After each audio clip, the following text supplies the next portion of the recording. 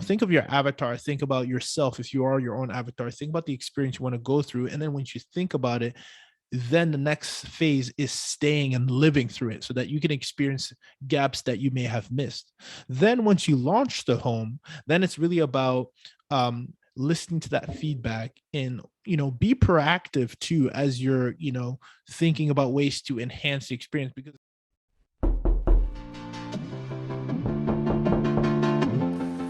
who's this? Oh, you're an entrepreneur? Oh, you're a real estate investor.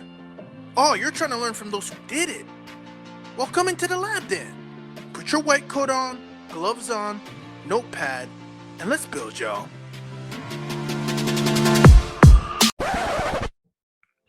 Real estate experiment. What is happening, y'all? Such a pleasure to be in the lab today. We have a very special announcement, and this is going to be a very special episode that's going to be definitely useful for those of you who are commuting right now.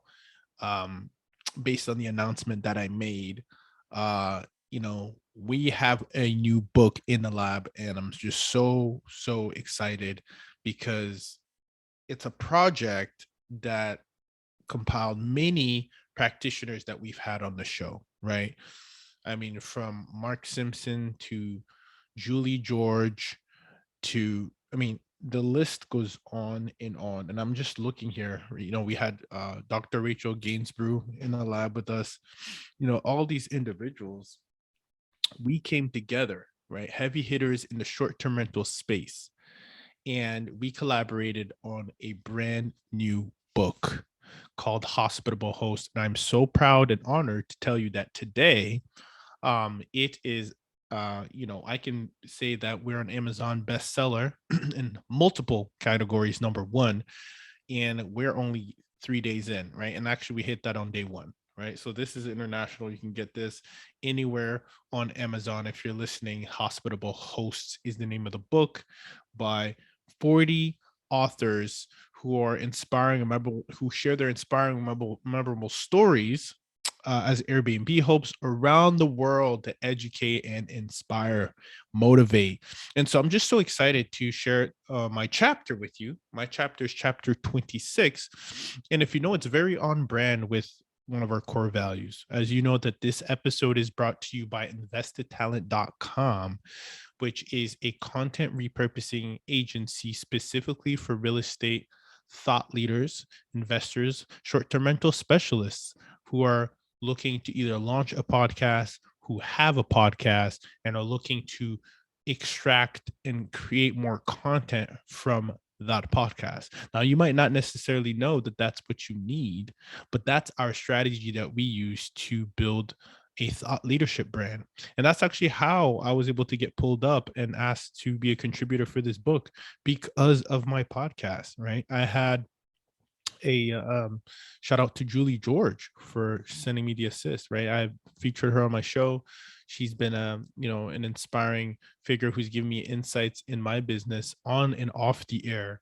And that's how I got pulled in. Had I not had the show, how had I not been repurposing content that Julie is actively, engaged and sees me in, I don't get that call, right?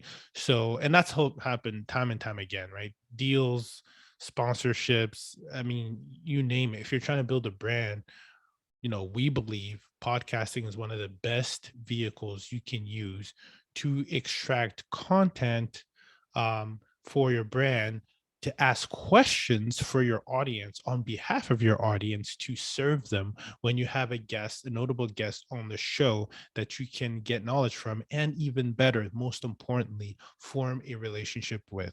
There is no better networking tool that I know of today. It's been incredible. I've been able to reach out to multiple, whether it's CEOs, founders, people making waves in the space that sometimes, quite frankly, I feel that I don't even belong in the same room with them, but you do when you have a podcast, and you do when your body of work. Are very proud to say that we have over 180 plus episodes from the time of this recording, and ongoing. We're never going to stop. So with that said, I want to get into my chapter. I figured I'd do an audible version for my chapter 26. So if you're listening, or if you're, not one to have the time to get your hands on the book, first of all, I'd say get it on. Even if you don't have time, this is a beautiful book. Even you can get the hardcover. This is the paperback right now, but it's a nice coffee table read. Tons of insights from multiple hosts around the world, depending on if they're property management company, if they're single Airbnb hosts, if they've gotten to luxury cabins, boutique hotels, you name it. There's a story in here that anyone can relate to, and you can pick gems, and they started just like you. Either they had a home that they lived in or an investment property, and they decided to repurpose it. And that's what my chapter is about. So why don't we get right into it, right? And so that you guys, for those of you who didn't get your hands on or who will be getting your hands on it, now you have the audible version. So here we go. Hospitable Host: inspiring and memorable stories from Airbnb hosts around the world to educate and motivate. Co-authored by Jody Sterling, Mark Simpsons, Julie George, Plaxi, Sasha Herman, Liam Caroline, Dr. Rachel Greensbrew, and many others, including your host, Ruben Kanya. Now, in chapter 26, Repurposing a House into a Home. The place was beautiful, but beautiful house looks exactly like the picture shown. Quiet neighborhood. However, the words above are never easy for a host to hear. As a matter of fact, it would be understandable to take offense, deny, or even defend yourself on a public review about your home. However, doing so would be a complete oversight on the concept of what makes a house a home. How do we turn a house into a home? If I told you it's about having people in it, hopefully you cringe a little. Realizing that as cliche and idealistic as it sounds, it's rather far from the truth. Based on the unfinished comments above, which I strategically didn't finish, you'll realize it's beyond having people in the house that qualifies it as a home. And in case you forget, your guests will remind you. So if it's not the people that turn a house into a home, then what is it? Could it be the type of home? Why should the question even matter? I worked with a developer who once told me that when you cut too many corners on a piece of land, you get a corner lot. Okay, that will be the last dad joke I make. Okay, I promise. The truth is, none of those things I mentioned above have anything to do with turning a house into a home. First, let me give you some context as to why I even used the word repurpose. Back in 2015, I started a podcast called The Real Estate Experiment, which today has turned into a show with more than 180 episodes. The show was created in order to learn from other real estate investors. I interview investors, and similar to this book, I try to capture their individual stories. I asked them how they started investing, deep dive into the type of model they use, go into some of the pitfalls, challenges they've overcome, and what lessons they've learned. Believe it or not, for the first 2 years of using the interview style show format, I would constantly hear the words properties or units. It was always the word that investors who came on my show used to describe their investment portfolios. I was an interviewer before I became an investor myself, so I used to romanticize the words units, doors, properties, which some of these investors who came on my platform had hundreds and thousands of. But it wasn't until 2019 that I came across an investor that described his first investment as a home. I can't say that I noticed the clear difference immediately, but in retrospect, the word home was the primary distinction I should have picked up on. After 2 years and just shy of 100 episodes, this was my first time interviewing a short-term rental investor. So I paid very close attention to the use of his words, the way I typically do when I'm on the other side of the mic. This was the first investor that had used the word home. While the others described them as units, doors, and properties, the contrast in language used for the same kind of asset was not only a critical distinction to unfold, but it was only half the story. During that episode, I was listening to a guest who had not only turned a house into a home, but had also turned it into an asset and eventually turned his time into freedom, leading him to retire both his wife and mother in the span of under 2 years. It was also ironic that this was one of a few investors that could point to a specific cause and effect impact his investment strategy had in his life directly that went beyond the words of cash flow, ROI, IRR. Retiring your mother and wife in the span of 2 years from a respectful career is no small accomplishment. So I leaned in. That gentleman, by the way, guys, was Michael Shogren, episode 91. If you haven't heard it yet, definitely tune into that episode. You'll be able to really tap into his story. And evidently, he's the one who really got me and pulled me into the space. Very remarkable and amazing thought leader in the space. He actually has an STR Summit Wealth conference happening for the first time this summer, and it's going to be an amazing weekend with, again, multiple of these authors here will be in attendance, either speaking or attending.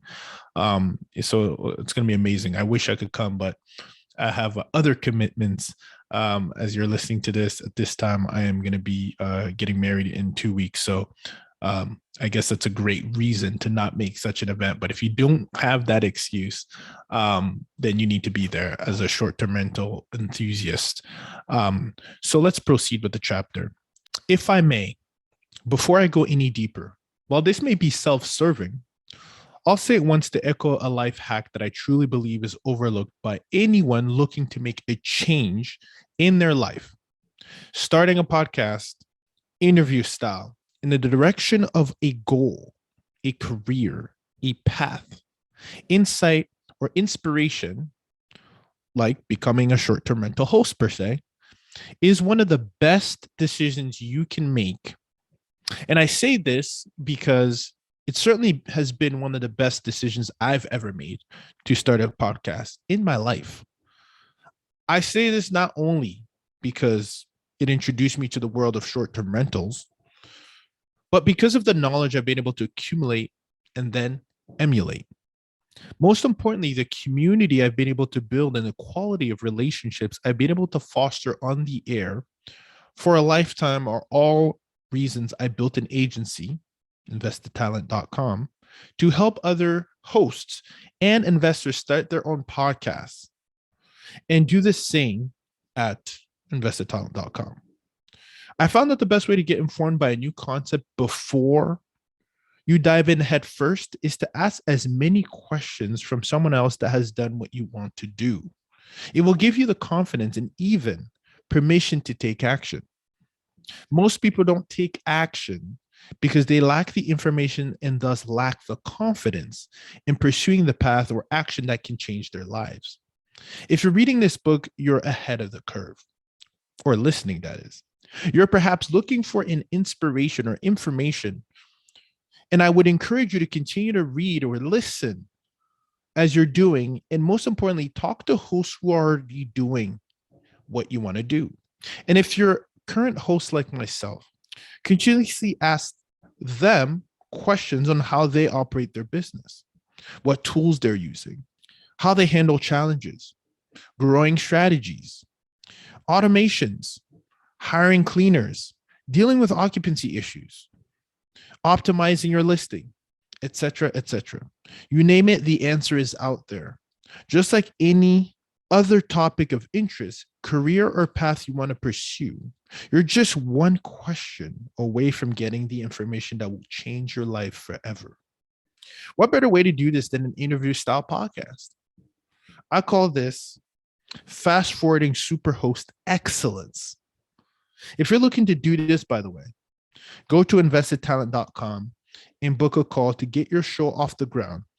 And if you write Hospitable Host reader or Hospitable Host listener, I'll make sure my team gives you a VIP credit, because we truly believe that we must take care of each other in this community of short-term rental owners and hosts. So that's one of the plugs in the book, guys. I'm taking a quick break to really hone that in. If you're listening right now, just make sure that when you get home, you go to investtthetalent.com on your phone, on your desktop, and book a call if you're looking to launch your show. Don't do what I did. I know I had,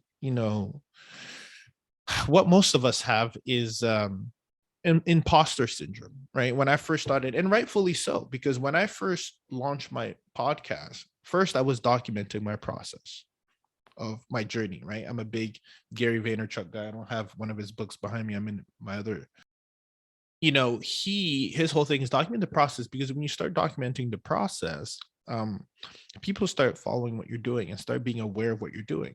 And now if you put it out there that you're looking to become a host, or if you put it out there that you're looking to transition to a specific career or a specific hobby or aspiration, it is now officially out there into the universe, right? And the reason that's important is because then you start attracting those opportunities, and people also know of these opportunities. So when they come across, they're like, oh yeah, such and such is the Airbnb guy or the Airbnb gal, or the artist or the author or the realtor, the syndicator, the apartments guy, who, whatever, right? And one of the things that I really want to highlight is, when I originally started my podcast, I was documenting the process, but then I had a little bit of resistance with doing the interview style, because I looked at myself, I'm like, I don't know, who am I? I don't have a 100-unit portfolio. Remember, I was kind of driven and maybe intimidated a little bit by it because I'm just a newbie, right? I don't have that. So who am I to have my own show about the thing that I want to get? Well, that's the biggest mistake you can do, because that show is what's given me the opportunity to have become a best-selling author in a book where I'm surrounded by the peers that I want to be like, peers that have become friends, have become clients. Hell, I built a business out of this podcast by being able to serve and do it as a service. All that doesn't happen. All this does not happen. I am not recording this episode without a podcast, this episode about this book, right? So it's really important that you put yourself out there. It's one of the best networking tools you could use. You could be anywhere in the world. You can interview anywhere in the world. And the reason why it's key is because people love being interviewed, and they feel honored to come on a show to talk about themselves, because people love to talk about themselves. And quite frankly, I heard this the other day, which I thought was really insightful.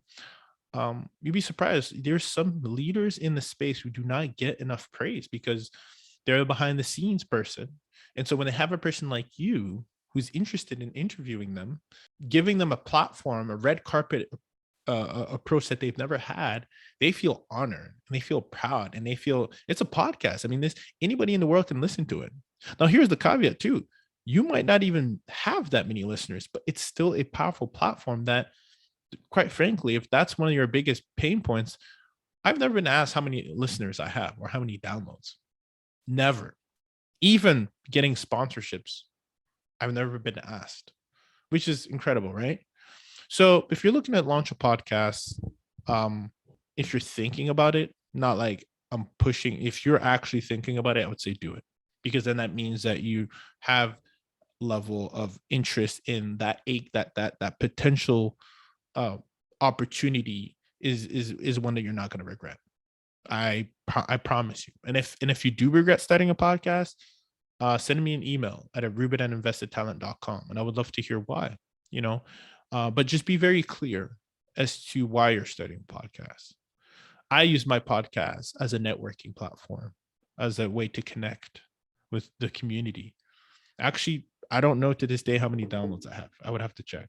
But obviously, you gain traction over time, but that's not why I'm in it for. So be very clear on why you're starting your podcast. Is it to reach out to people in your community, strategic partnerships? Is it to get business? Is it to sell your book? Is it to get downloads? Is it to make money? Well, you can make money doing a podcast, by the way. You just have to be very strategic in how you go about it. But just be very intentional as to why you're doing it.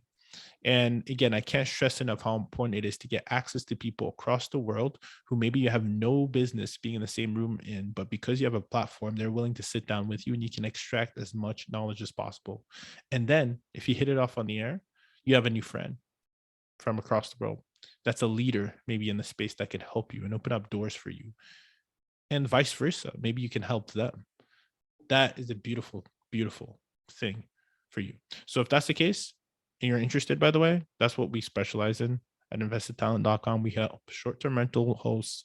We help multifamily syndicators, real estate investors, specifically, no one else, Repurpose not only launch their podcast, but if you have an existing one, repurpose their content from it on social media, YouTube, search just a second biggest, largest search engine in the world, LinkedIn, from the time that we're listening, by the way, Instagram, Facebook, TikTok, you name it. We repurpose it to get your thought leadership brand out there. And I'll leave you with this because I love this. Shout out to John Kasman. He says, we don't need another real estate podcast, but your community does. And the reason I say that is when you have a podcast and it's resourceful, and maybe it's addressing frequently asked questions that people in your network want to find out more about, you know what you send them? You send them your podcast. You send them like, hey, I covered this topic. Great question. Hey, I actually reached out to somebody who was doing exactly what you want to do. Reach out, listen to this episode. Very powerful, because then you start building that trust, know, like, and trust, because they're hearing your voice. They feel like they know you. And who's bringing it to them? You are, your brand. So make sure you reach out to us, investortown.com. You can book a call, or you can even send us a message directly on the website for your interests. And make sure when you do, you said Hospitable Host reader or Hospitable Host listener. And we'll make sure you take care of you and wipe off some of those fees, because I want to make sure that I'll give you a discount and credit, because I want to make sure that we take care of our own here at Experiment Nation, and especially those coming in within our network in the community of investors. That's who we want to take care of, and so that's why we'll definitely get taken care of if you use that promo code. Okay, all right, let's proceed. Now that I've shared with you one of my deepest passions, what some call me the podcast host of hosts, let's return to what makes a house a home. All the short-term rental hosts that I've interviewed had one thing in common. Whether it was a vacation home that they owned, a rental property they owned, an extra room in their home, or even one they rented, they all started with what they already had and repurposed it. So what are the elements that make an investor turn a house into a home? What are the elements that make them able to turn it into an asset? And why should one go that route? Well, one thing that I learned while buying a new home during the middle of a pandemic is that people in this day and age are constantly traveling, looking for an experience underneath the roof of a house that is not their home.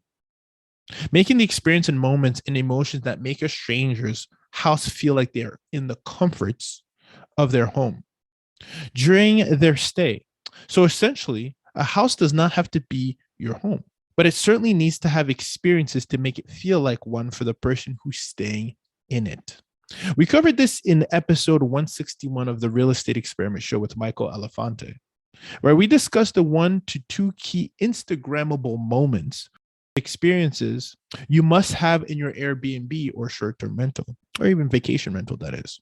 Already getting people in the mindset of thinking of the experience they're going to have before they even book makes a house a home. This could be a fire pit, swing chair, mural, string lights, or anything of that nature. So the buck doesn't stop at throwing a bunch of furniture into a house.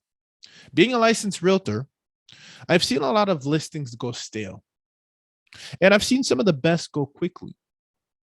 The psychological concept is the same. If you can create an experience within a house, you've then turned it into a home. You'll often hear a home is where the heart is. That's at home.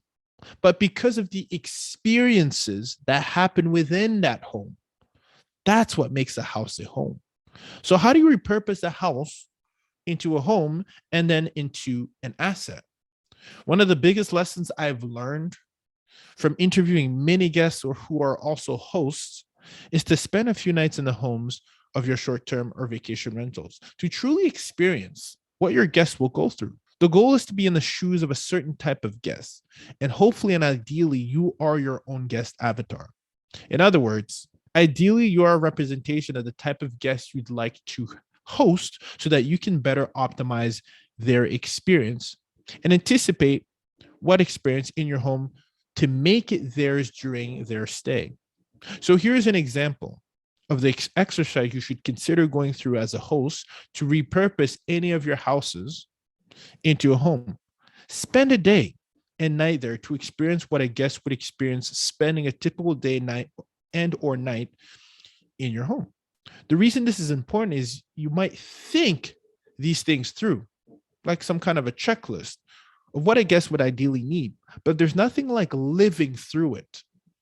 Gaps you may have completely overlooked or simply not thought of. Keynote: document a day in the life of your avatar so that you may be able to leverage a lot of the keynotes from that day into standard operating procedures for the next house in the future that you wish to repurpose into a home.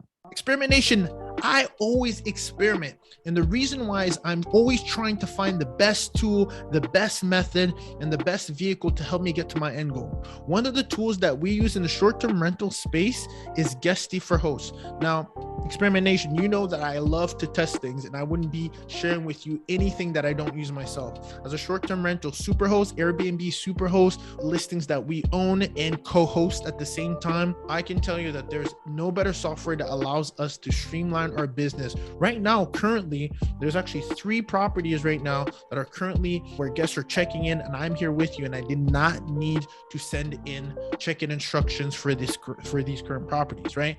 There are multiple ways that you can streamline your operation from on the front end and on the back end, from being able to create a website, from being able to get income reports for your team, to looking at statistics, to setting up auto reviews, to integrating your smart lock so that you don't have to sit here and send every day and remind yourself to send the passcodes for your smart locks. No, instead you can integrate directly the exact same way that you can actually send your cleaners a link so that they don't have to remind themselves when they need to go to cleanings. There's text reminders that go out. There's links that can go out for them. This is a tool that if you're looking to give a smooth experience for your team on the back end, it will truly reflect, and it does, for your guests on the front end.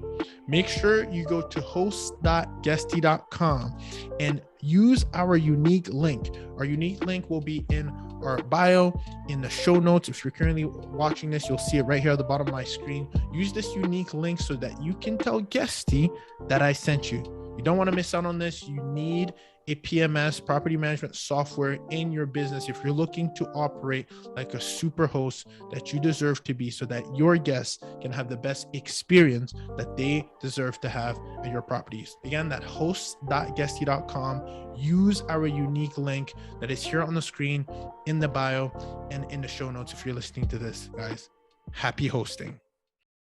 So one of the things we talked about in Michael Elefante's episode 161, or in the episode with Michael Elefante, I should say, is, Instagrammable moments. And what an Instagrammable moment is you got to think of when someone is booking your spot, they're thinking of the experience they want to have, right? So if you have this, I love personally egg chairs, right? I think they're super cool. You sit in it, it's kind of like you're in an egg, and it's kind of like this bouncy experience. And it's just, I like to read outside, right? So for me, I can already picture myself out there.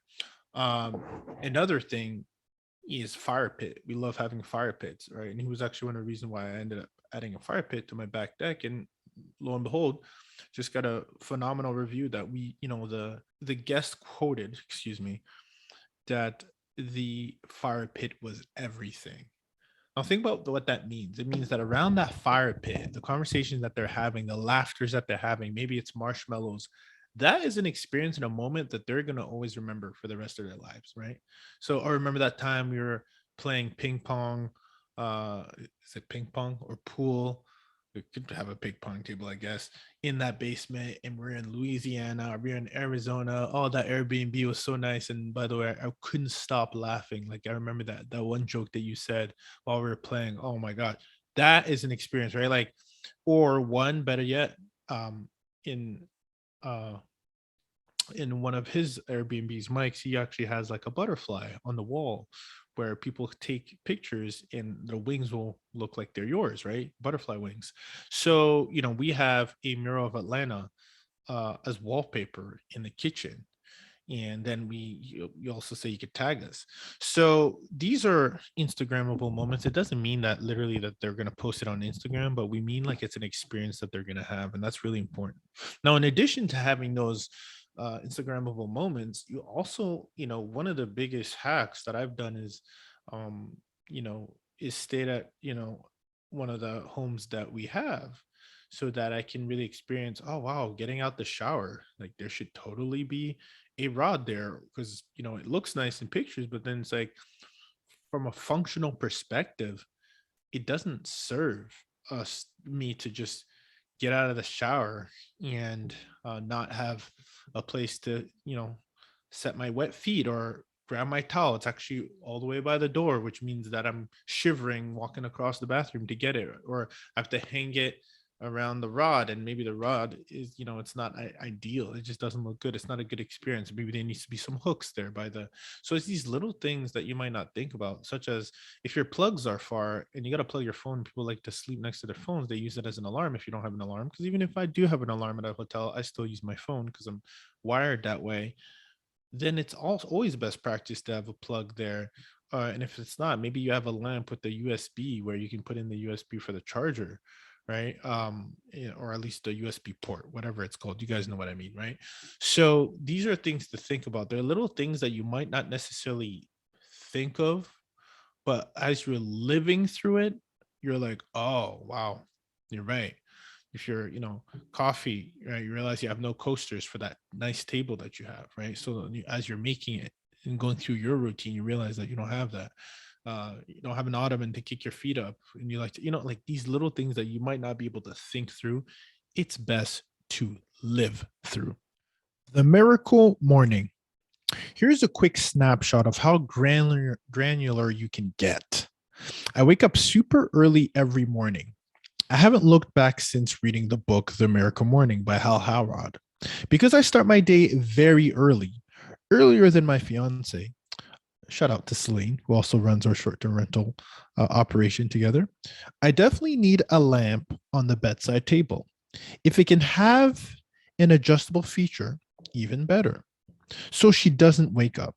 If you're anything like me as a host, there's a good chance you're also hosting other properties, or as we call homes. So I need to have my phone fully charged.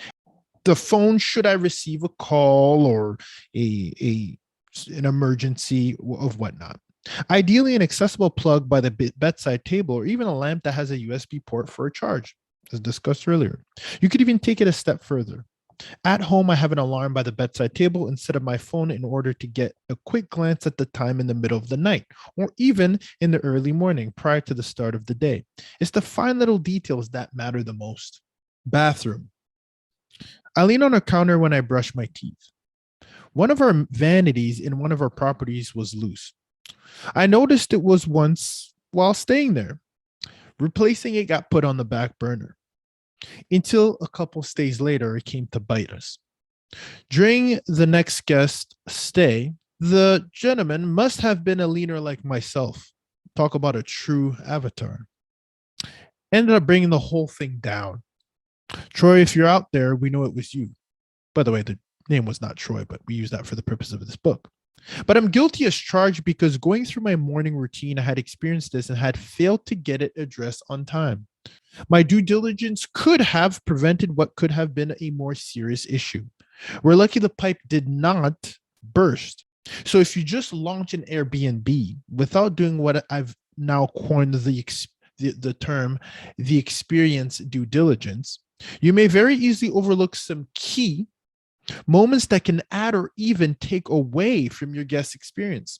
Here's another example. When you shower, you need a convenient location to place the towel, or even while brushing your teeth, per se. The master bedroom didn't have a convenient towel rack for the longest time because while in the pictures it looked good and it looked like a perfect setup, it wasn't practical. I could get granular and start describing what happens around the toilets, but I think you catch my drift. Office. As a work from home or digital nomad, my laptop is my bank.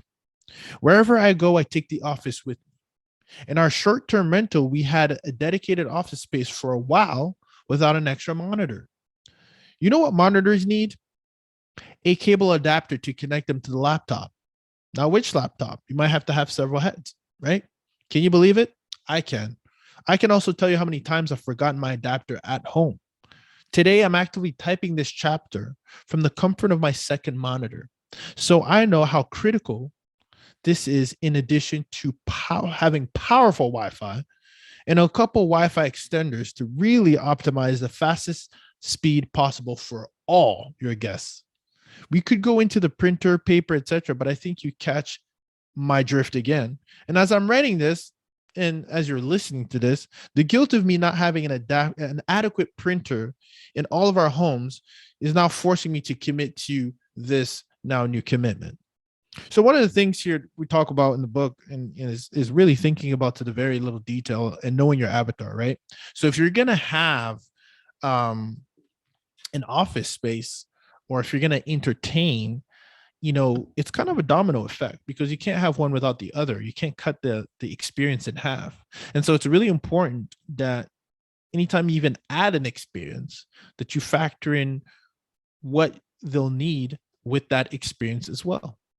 So the experience can't be isolated, right? In short, and you have to make sure, you want to at least make sure that as you're adding on to the experience, that you're also, going through that experience yourself to see how you can enhance it and make it a better experience for the individual, right? It could be as simple as outside we have a deck, and if I'm relaxing and I need to charge, is there a plug nearby? Is there an extension cord nearby? Like, these are just such granular little things that do make a difference. And mind you, it's something we're still learning today, right? There's so many areas where you're like, oh yeah, you could better enhance that. And you just got to be mindful of that. One of the things Airbnb, or the reason why we love this space, is our guests really add on in their stays, help us cover these enhancements, right? And that's kind of the beauty of this space, because for through every stay we get a chance to enhance your customers' experience over time and make it better and better and better. And that's what a hospitable host is all about. Now back into the book. Kitchen. Okay, so this one is probably one of those most critical areas of all time. I'll jump around a bit. Coffee. I don't drink it, but again, my fiance Celine will have a headache if she doesn't have a cup first thing in the morning. What do they say? Happy wife, happy life. Even if it's not true for you, do it for the next guy or gal, right? I can't have the word family in my listing and not have enough kitchenware for 2 families. Believe it or not, we were called out twice in the beginning for not having enough supply. And guess what? We fixed it, right? We didn't have enough forks and knives, cups for everyone. So we ended up having to update that. We fixed it. And thanks to our reviews for, again, giving us the insight. I'm dropping it here so that you don't have to learn through your reviews. It's the worst and best way to learn. I say best because it's direct feedback from your customer. I say worse because you shouldn't have to learn from their review, because you can simply take a page from my book, no pun intended. Or I should say pun intended. Outdoors. What do I love? The outdoors. Relaxing outdoors with a good book where I can put my feet up, have a good chat, an accessible plug to plug my laptop, table to grab a bite outside. We didn't have a fire pit for a while, but even prior to that, we were missing outdoor lights. It was lovely during the day, but we were indirectly telling our guests to pack up and head inside after sunset by not having light for them to entertain outside. That's really the message you're sending. Here's a snippet or a soundbite from one of Tamara's reviews, right? This was back April 2021. Great home, nice, safe, and quiet neighborhood. House up on its decor and had a nice big patio. Ruben had to be called once and he answered immediately. Only other issue we had was no lights outside in front of the house, on the front porch or back patio, where we actually loved to relax at night. We did buy store-bought candles, but wish the lights worked. Other than that, we loved our stay. My response: thanks so much for your feedback. We're working on getting lights for the back patio for hangouts at night. While we'll get those front lights addressed, your feedback is appreciated and will enhance the experience of another guest. ... Now let's freeze there for a second. We hop out of the book for a minute. The reason why that's so critical, there's 2 things that happen as an Airbnb host, right? Is that you actually get direct feedback. Hopefully it's not public, but they also have an area where they can give private feedback.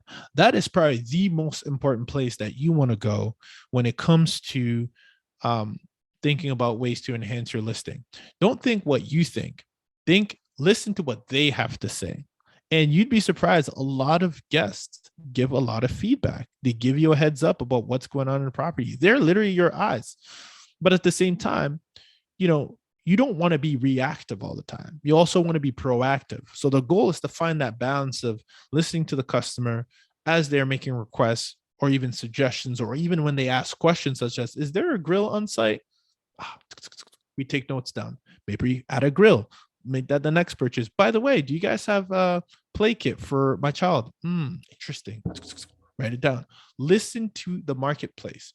You will never fail in business if you do, because business is about supply and demand. And if you have the supply to the demand, you will always be booked. And that's how you remain and continue to evolve as a hospitable host. Now back to the book. You would think this was obvious to us, right?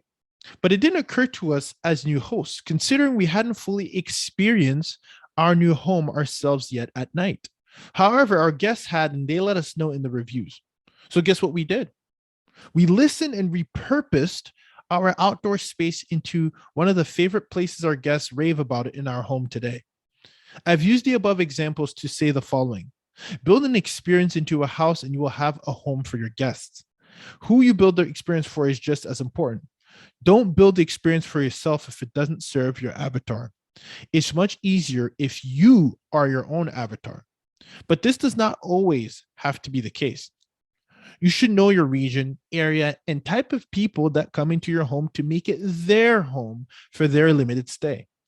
Because in the end, it is the experience that they have inside the house that will turn it into a home. Know your avatar and build a home for them. I've gone down the path of learning so much more on how to repurpose a house into my first short-term rental. Short-term rental has given me the opportunity to own a home as a host while never being at home. This has provided me the opportunity to jumpstart my real estate portfolio by owning a home out of state and sometimes out of the country.